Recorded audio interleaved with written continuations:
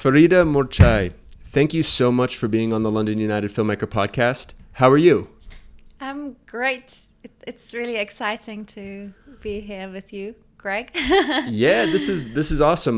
This kind of came about quite quickly. You messaged me a few days ago about a short play you're putting on, and I thought having you on the podcast would be great because we can really discuss this project that you immediately light up. You know, you're incredibly passionate about, and I figured why not have a discussion. We can kind of do a little of both. We can talk a little bit about your career and talk about Chikadee. Yeah, that's great. So I guess really my first question is, well, first off, how are you doing? How is everything?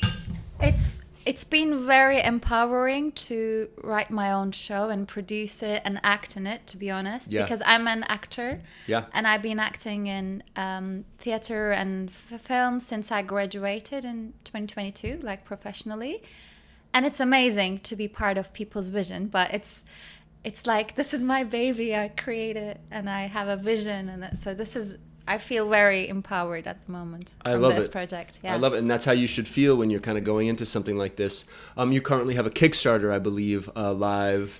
Yes. It sounds like you've received a great amount of funding and there's still a little bit more to go. Can you tell me a little bit before we kind of jump into your career, which I am very, very interested in, because I think that explains a little bit about how we met, which was on a London Film School short film. Yes. Liam Pung Jao was the director of. I was a spark, actually working under the terrific gaffer Yun Yang. Yeah. And you were the magnificent actress in it. Kind of a very Liam Pung kind of film. I don't know, maybe you want to explain it just a touch, your film? angle. Yeah, or more even your role, or we were just talking about it off camera, kind of your experience of it.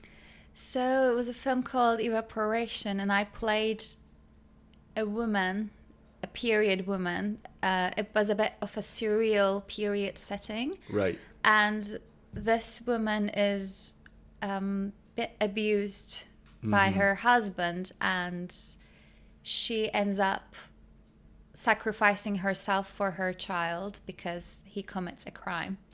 This was a big stretch, you saw for me, because someone playing a mother, someone older than me, and there was a graveyard scene where I was burying my husband right at 5 a.m. And it was so, it sounds really dark, but it was very emotional and very, existential for me to play this role. That's and it's an amazing vision. I think I hope it goes to festivals because it's a really cool, different vision. Yeah. Liam Pung I think he's a master of blocking. He does some really cool close-ups that pan into these longs, and we shot a lot in the studio. So with Term 5, it's mostly studio with 2 days, I believe, location. So they're always fun. I had the privilege of doing some lighting for it, and just I think we did thunder at some point. We did all these different things that were really fun. But so that's how we met, which was great, and I was kind of stunned by your performance. So just some great, again, you kind of said surreal, kind of existential, kind of actions that happened that I still remember to this day. What I want to ask before we kind of talk more about Chikadee and what's happening with that, I want to give that its good time. I want to talk a little bit about your origins and kind of what got you into acting, theater, filmmaking. I'm really curious because you're incredibly busy. Your spotlight is fantastic. It's just got such a great resume of material. So could you tell me a little bit about just kind of what were the initial idea that acting was for you? Was something you wanted to pursue, and maybe a little bit about where you're from? So I'm from Istanbul, Turkey, and I lived there until I was 17, and then I moved out to America as an exchange student, then moved to London when I was 19. And when you're a teenager, you don't really take things seriously, but I was so mesmerized by the films I watched, and I watched a lot of independent cinema, and I wanted to be an independent filmmaker. That was my goal. Acting wasn't in my mind, even though I was doing things that are related to acting. I think a lot, like some theater and dancing and stuff, like performative. Yeah. But yeah, then I moved to London and I went to Goldsmiths, University of London, where I did my BA, and I specialized in filmmaking and psychology in film, where I was analyzing film characters. For instance, like the character in Black Swan, I was analyzing her psychologically. So I was doing behind the work of acting a bit. And I did my own short films a little bit and worked in production. And then 2 years into that, I had this big, massive awakening that I was an actor. I found myself surrounded by theater actors and reading in front, and I was feeling a big power inside of me to express and embody different psychologies and human beings. And so this was in 2018. Then I stopped producing. Like I made a choice. I left. I was working for a film production company, so I left my job. It was a good one as well. So, Wow. And then I did 2 MAs into that. So I went to Roseburford College. It's an amazing theatre school. I did MA collaborative theatre making there. And from there, I did a semester at Lambda. Then I got into MA classical acting at Lambda, where I studied Jacobean text and lots of Shakespeare, which was different for me. But I read it all, and I learned a lot. Wow. So I feel like I have a lot of resources, from like classical acting to very contemporary creative stuff. So that's kind of my blend as an actor and theater maker and filmmaker. Wow. Wow. What a cool journey. So my question is, it sounds like, boom, it hits you kind of quickly, the acting bug, and really going after that. It sounds like it was brought on by studying at Goldsmiths, studying the psychology of specific performances in film or otherwise. Wow, cool. Yeah. But it's interesting because I cared so much about vision, and for me, like film directors, cinema is a director's art. Yeah. And you bring a vision on earth through the camera lens that you wouldn't otherwise be able to express your view on life. Yeah. So I was really interested in that. That's why I thought I wanted to be a director at first. I see. But then I realized also actors have the power to give their vision through expression and through different things. And I love theater as well, and theater feels more of actors' art to me. Yeah.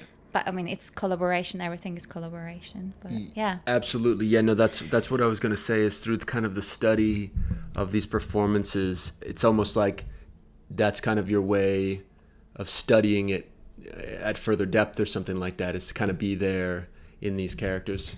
That's kind of just the way I'm hearing it. But that's really amazing. So my question is a little bit just to kind of go further down the line with it. Could you tell me about maybe a performance or a specific moment that you recall very fondly from kind of when you first kind of understood, listen, I want to go in this direction with acting, say maybe even up till now? Was there maybe one specific performance where you really thought, ooh, I feel so good here, and I feel like this is my people? Or, I'd love to hear just about some moment that really kind of even enforced that. Yeah, sure. feeling. So before talking about my own performance, I think it was a lot of inspiration I received from other performers and actors as well. And so I was in this transition period, and I was in Turkey, in Istanbul, and I went to see the adaptation of A Streetcar Named Desire. And the actor was a known Turkish actress called Zerrin Tekindor, and she was playing Blanche. And I was just mesmerized because I felt so much of me in that performance that I felt it was a very existential moment. Again, I was like, oh, we are human beings, we have bodies, there's theater. And I think that was one of the performances that inspired me in that transition. And I think live performance does that to you sometimes. Yeah. And then I went back to London and I was auditioning for drama schools and I also went to Identity School of Acting before my MAs. So I did a lot of different types of lots of workshops, lots of like physical theater, dance, I a lot. So I'm not going to talk about it all. But in the audition of Identity School of Acting, we were given certain scripts and one of them was about true love, like not just about relationship. It was something surreal that we had to express with our voices and our bodies. And what true love is? Yeah, that was a task, which is, you know, and it's improv. And I went in on stage and I was just doing stuff. And again, I think that felt so. Like it's almost like breaking yourself from everything. Because a personality is, you know, we have certain behaviors, certain ways of talking. And when you enter into a space where you don't need to be just yourself and you create without any limitations. Without any limitations. Or how to say, like, without any names, like without my name, Feride, without any titles. That's very, very freeing. And that's how I how you felt. Yes, how I felt. And then every role I played gave me something, and I learned so much from each role because you gotta research and you look for ways of embodying a different situation that you haven't experienced before. And Cool. You found it. That's very clear. You found the thing. So then, I guess this all kind of leads. Generally, how I like to go is I like to learn a little bit about kind of future endeavors, and I think that kind of culminates in Chickadee. You know, this project that you've been working on, and you're finally ready to tell. You know, kind of barring funding and you know, of course, finances, as is always. So maybe you can tell me, because now I want to talk about this project. You know, it's you've had this study, you've had all of this work, and this kind of is, it seems, culminating into this really amazing project that you have really big plans for. So I'd love to hear again, like kind of almost the way we were asking about yourself. Can you tell me about like what started this project? What was kind of the origins of Chickadee? And maybe we can just from there learn more about this project and how people can help be a part of it, how people can come see it one day, all that good stuff. So I have a thing called Ideas book that I carry with me everywhere for years, for like since I'm a teenager. I have lots of notebooks, and I never wrote by thinking I will create something that, you know, I'll just write to express things. And in those notebooks, there was always a thing about being a street performer or street artist and the psychology of that, and how I found it always very brave to be out there on the street doing something without knowing people will like it, like without caring. And I think it's such an idealistic thing to do. So I wrote down something like this like 10 years ago on that notebook. And then most recently, I got introduced to clowning. Well, I did it in drama school as well, in Roseburford and Lambda, but most recently I saw the show of Slava, which is a Russian clown. It's a known show in London, maybe you know, I don't know. And then I came home and I watched a documentary about this guy who founded it. It was like a story of a clown. And I was so inspired because I've been playing tragedy and drama, and this guy was talking about how to create joy and what that adds to human life. And then there is our wonderful teacher called Michaela Miranda. She runs clown workshops, and she's a movement teacher at Lambda as well. So I was like, yeah, I'm gonna go do some clowning workshop. And then I've been meditating a lot as well. So during one of the meditations, I just heard a name called Chickadee in my head. Okay. And I just started writing down, literally, on my notebook. Like I started writing down scenes, and in half an hour I wrote down, and it was like a creative spark that I didn't push for. It just came.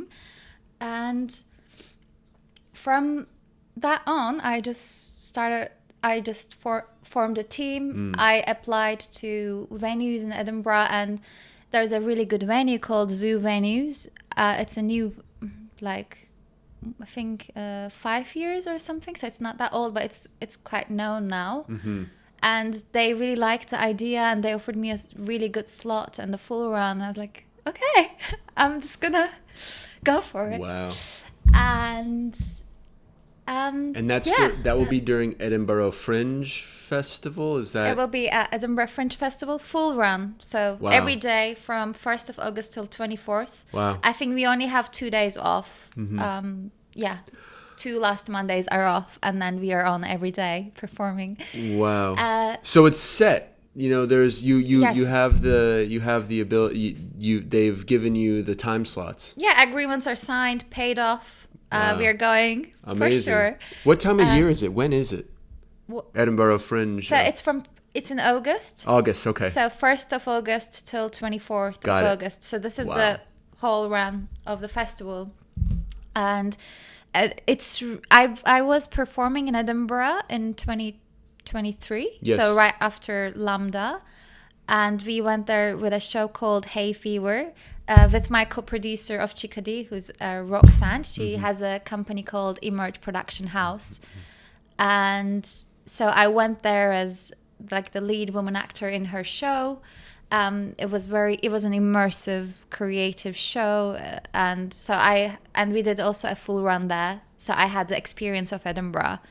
And was that your first time going to Edinburgh by any chance? Okay, it was. Cool. Can you tell me about I'd love to hear a little bit more about like what the play was about and just the feeling of being at Edinburgh Fringe Festival, because it sounds like a very fun thing to be a part of. I'd love to go one year. I'd love to go this year, you know, especially if your film's going to be, or your play's going to be there. Sorry, I'm it will be a film as well, mate, so we can talk about that after. Yeah. I mean, it's such a great on your Kickstarter. You have a short video that like just has kind of you in I think it looks like Trafalgar Square maybe. It is Trafalgar. Kind of just milling about, and it's a great introduction to the character, and you've got some great interviews with key members, which I'd also like to talk about. So sorry, I lined up I think 3 questions. No, there's a lot to talk about. So talking about Hay Fever first, you mentioned. Yeah, sure. I'd love to. We before going to Edinburgh, we performed this show in Peckham Fringe and also at Arcola Theatre as well. So that was great.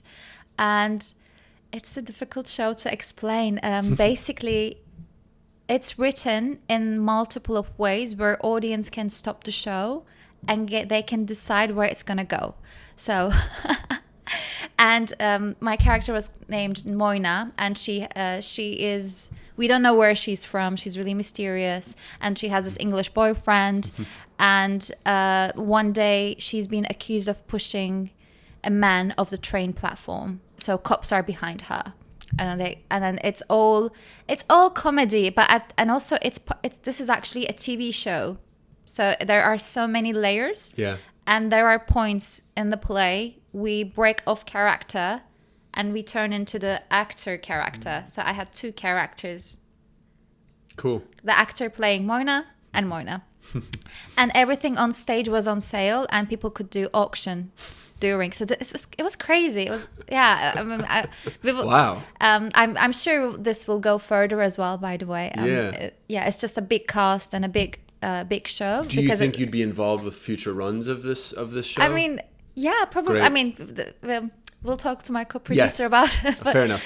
But it was really something I never seen before, and the best part of it was that I'm used to memorizing text and performing, where in here it puts you in a situation of the unknown, and that's an amazing place to be as an actor. So yeah, and we were there in Edinburgh, and I watched 2 shows a day while I was performing. So I watched like 30 shows or something. Wow. And I met lots of artists, and it was just so inspiring to see so many artists expressing themselves freely, creating their own work, very brave. I was so, it's not an easy thing to do sometimes, especially creating your own work. So I'm so happy I will be there again with this wonderful community. It's such a big community. So I'd love to go. I'd love to go. It sounds super cool. This is kind of like my I feel like a little bit is like learning about it, kind of hearing your specific journey, and then that would give me more of a reason to want to go, because otherwise you feel a little bit like out of the loop or something like that. You should go. I mean, anybody who wants to go. I know that it's expensive because all the accommodation runs out, and it shouldn't be, because especially for artists. But there are other ways. Yeah, always. It's really inspiring to be there. So I really recommend for everyone to Edinburgh at least go for 2 days. Yeah. Of course, 2 days, something like that. Yeah, a weekend or something. I don't know. Well, hey, this is an invitation to come to Edinburgh for Chickadee. So I guess I want to continue just a little bit more about Chikadee, because we were talking a little bit about some of the interviews with the different key members of your team for this. Could you tell me a little bit about who else you're working with on this? Sure. Yeah. But before I get into that, I realized I didn't make an introduction of the story. Yes. So it's a one-woman show. It's about a street clown, and during the play, so she's on the street as a clown, but everybody's against her being a clown, like the pop culture society, like her mom, her manager, and she gets sexually abused on the street. And she gets offered a TV show at Chickadee Studios, and overnight she becomes famous as Chikadee the sexy clown. So I'm not gonna give too much detail because you're gonna see it. Yeah. But and it's a shock, of course, but she's also dealing with her own ego and her own values and ideals as an artist, which is clashing in this moment. Basically, she is valued through her sexual appeal and how she looks and the beauty, rather than what she wanted to give to people, which was like connection, putting a smile on your face, or something very deep, turned into superficial thing that made her famous. Yeah. And this is a big clash of pop culture and true art, I think. So yeah, that's the story. And also it's quite, I'm not gonna say it's funny before, without making people laugh, but it's like it's dark humor. Sure. Yeah, there is lots of humor into it, and it discusses very deep subjects of acceptance, also childhood trauma. Like there are surreal moments and scenes that are flashbacks as well, that we go to see her childhood and why she chose to be a clown, because why would someone choose to become a street clown above any other job, right? So like it's it's a bit ideal.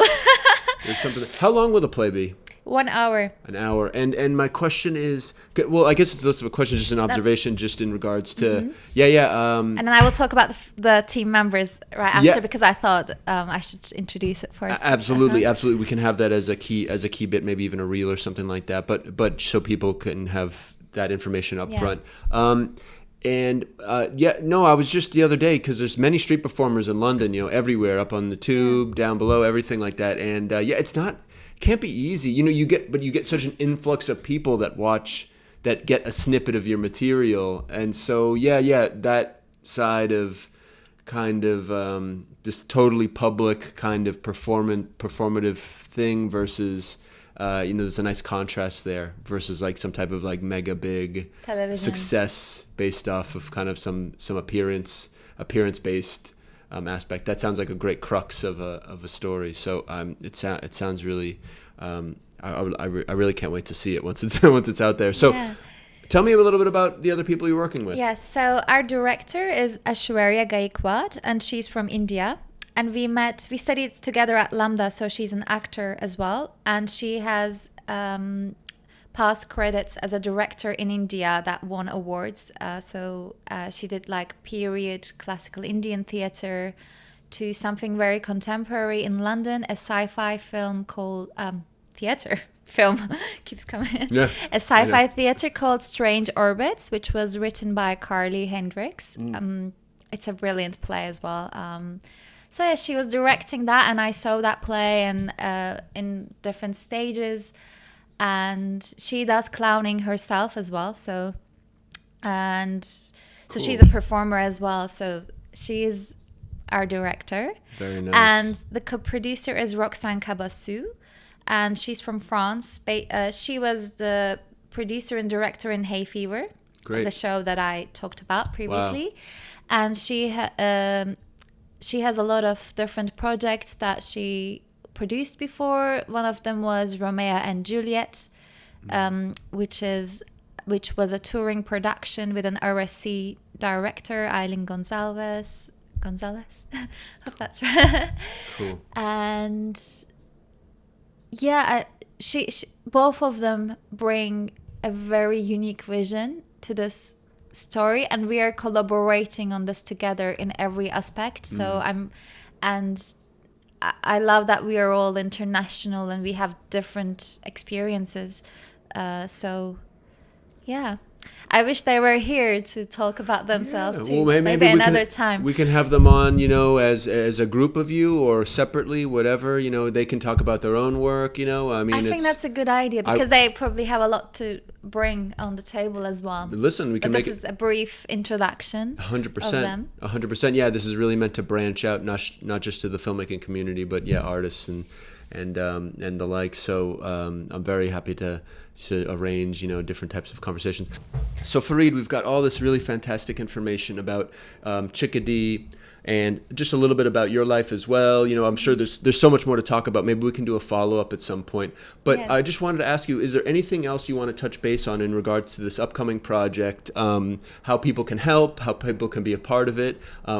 Again, people at Edinburgh Fringe Festival in August of 2025 will be where it's playing. So yeah, please tell me. Yeah, so this play, I see it also as a social project because it promotes conversations about mental health and women's rights and also women's perception in the arts. And I want to definitely touch upon that, like as a woman artist myself as well in the industry. I always feel as well my worth is because of how I look, and this is okay. Like I accept this as well as part of it, but it's not only that; it's what you bring from your heart. And I think this story is very, it's very touching for that reason. So that's why we also we are in the process of making agreements with a charity as well, and we might fundraise part of the show. So this is also a social project, and anybody who wants to support us, we have a Kickstarter campaign for it. Yep. And we are trying to give back as much as we can. Currently, we raised the 20% of the goal, which is great in like less than 10 days. It's amazing to see the interest. And basically you can pre-purchase tickets there, and you can also get credits if you support, because there will be a published play text after, so your name will be written on there. For instance, you can become an associate executive producer, and we have some meetings for that as well with some people, but we are still open for other collaborators to take part in it. Also, after Edinburgh, the feature of the show is that we plan to do a run in Soho, and we are going to Cannes Film Festival in May. I'll see you there. You're there? I'm going to be there. Yeah, great. Yeah. Well, basically, we will pitch this as a limited drama series as well, because amazing. I see this is written as a theater play. However, it's very visual, and I also imagine that it will be a great fit for screen. So, yeah. I mean, there are different aspects of this show, and I'll share the Kickstarter link with you, of course. Of course, yeah. I'll share as much information as I can in regards to how to maybe get in touch with you or checking out the Kickstarter link. It'll all be available at least in the YouTube description, and I'll point to that on social media as well. Because it takes a village to do a show, and we make it together with the audience. It's an exchange, it's a connection. It's not just the artist doing something. So I see it as a very collective thing. So I would love anybody to become part of it. Yeah, absolutely. That's so cool. You're going to be at Cannes. I would love to hang out there. I'm going to be there from the 18th to the end for some stuff. The grad film we'll be playing at the Short Film Corner. Oh, so really? I'll come see it. Yeah, absolutely. Still, I think scheduling of things is still up in the air, but I'll be there with the lab as well. Kind of trying to get some interest in a project I'm developing. I have a lot of questions now. Yeah, I know. Off camera, we'll do another one. Yeah, but I asked you. But Feride, I just want to thank you so much. I feel like we've kind of covered the whole, this really beautiful project you have coming up. I think, right? Would you say we have everything? It goes much deeper than this, and Of I would course. love to see you at the theater for you to see it, because it's different than talking about it. Of course, so you gotta true. experience the experience. I love it. Thank you so much. It's been a pleasure. Absolutely. And hopefully we can do another one of these soon. And this will be reaching the airwaves soon. So we ask you, please be a part of it if you can. And I'll be seeing you soon. Yeah, see you soon, Greg. Thank you.